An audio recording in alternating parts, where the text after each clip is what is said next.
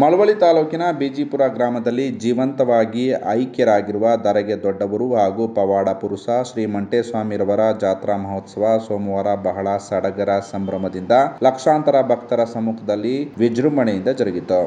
ಇತಿಹಾಸ ಪ್ರಸಿದ್ಧ ಬಿಜಿಪುರ ಮಂಟೇಸ್ವಾಮಿ ಜಾತ್ರೆಗೂ ಮುನ್ನ ಮಳವಳ್ಳಿ ಮಂಟೇಸ್ವಾಮಿ ಮಠದ ಪೀಠಾಧಿಪತಿಗಳಾದ ಎಂ.ಎಲ್. ವರ್ಚಸ್ವಿ ಶ್ರೀಕಂಠ ಲಿಂಗರಾಜ ಅರಸರವರು ಕಪ್ಪಡಿ ಜಾತ್ರೆಗೆ ತೆರಳಿ ಏಪ್ರಿಲ್ 8ರ ಸೋಮವಾರ ಬೆಳಗ್ಗೆ ವಾಪಸ್ಸಾಗಿ ಮುಟ್ಟನಹಳ್ಳಿ ತೋಪಿನಲ್ಲಿ ವಿಶ್ರಾಂತಿ ಪಡೆದು ಸಂಜೆ ಲಕ್ಷಾಂತರ ಭಕ್ತರ ಜೊತೆಗೆ ತಮಟೆ ವಾದ್ಯಗಳೊಂದಿಗೆ ಮೆರವಣಿಗೆ ಮೂಲಕ ರಾಜಬೀದಿಗೆ ಆಗಮಿಸುತ್ತಿದ್ದಂತೆ ಬಿಜಿಪುರ ಮಂಟೇಸ್ವಾಮಿ ಮಠದ ಪೀಠಾಧಿಪತಿಗಳಾದ ಶ್ರೀ ಜ್ಞಾನಾನಂದ ಚನ್ನರಾಜ ಅರಸರವರ ಜೊತೆಗೆ ಪಟ್ಟದ ಬಸವ ಹಾಗೂ ಕೊಂಬು ಕಹಳೆ ಬಿದಿರುಗಳ ಜೊತೆಗೆ ನೀಲಿಗಾರರು ಸಾಂಪ್ರದಾಯಿಕವಾಗಿ ವಿಧಿ ವಿಧಾನಗಳೊಂದಿಗೆ ಮಠ ಪ್ರವೇಶ ಮಾಡುತ್ತಾರೆ.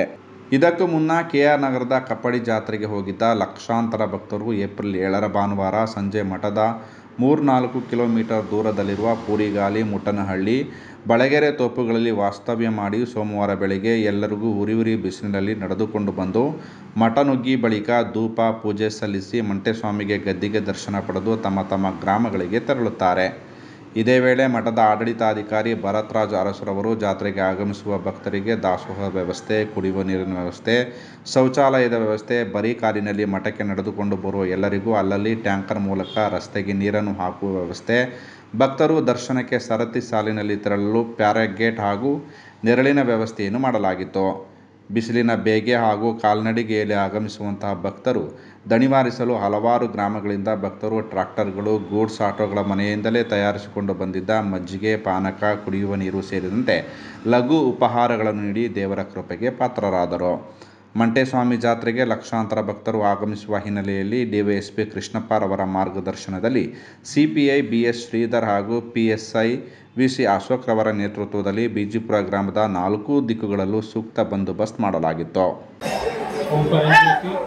ಎಲ್ಲರಿಗೂ ನಮಸ್ಕಾರ.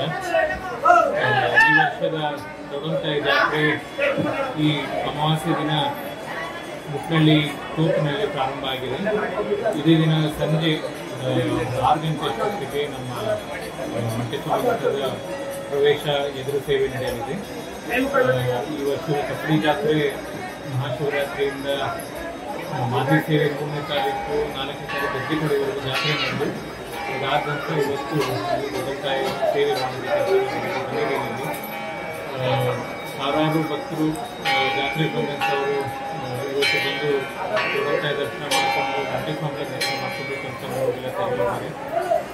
ಮಠದ ಕಡೆಯಿಂದ ಮತ್ತು ಇಲ್ಲಿ ಜಿಲ್ಲಾ ಆಡಳಿತ ಮತ್ತು ತಾಲೂಕು ಅಧಿಕಾರಿಗಳಿಂದ ಎಲ್ಲ ಒಂದು ಡಿಪಾರ್ಟ್ಮೆಂಟ್ಗಳಿಂದ ಗ್ರಾಮ ಪಂಚಾಯತಿಯವರು ಪ್ರತಿಯೊಬ್ಬರು ಸೇರಿ ಈ ಒಂದು ಜಾತ್ರೆ ಮಹೋತ್ಸವವನ್ನು ಯಶಸ್ಸಾಗಿ ನಡೆಸೋದಕ್ಕೆ ಹಲವಾರು ಮೂಲಭೂತ ಸೌಕರ್ಯಗಳೆಲ್ಲ ಕಲ್ಪಿಸಿಕೊಳ್ಳೋದಕ್ಕೆ ಕೈಗೊಳ್ತಿದ್ದಾರೆ.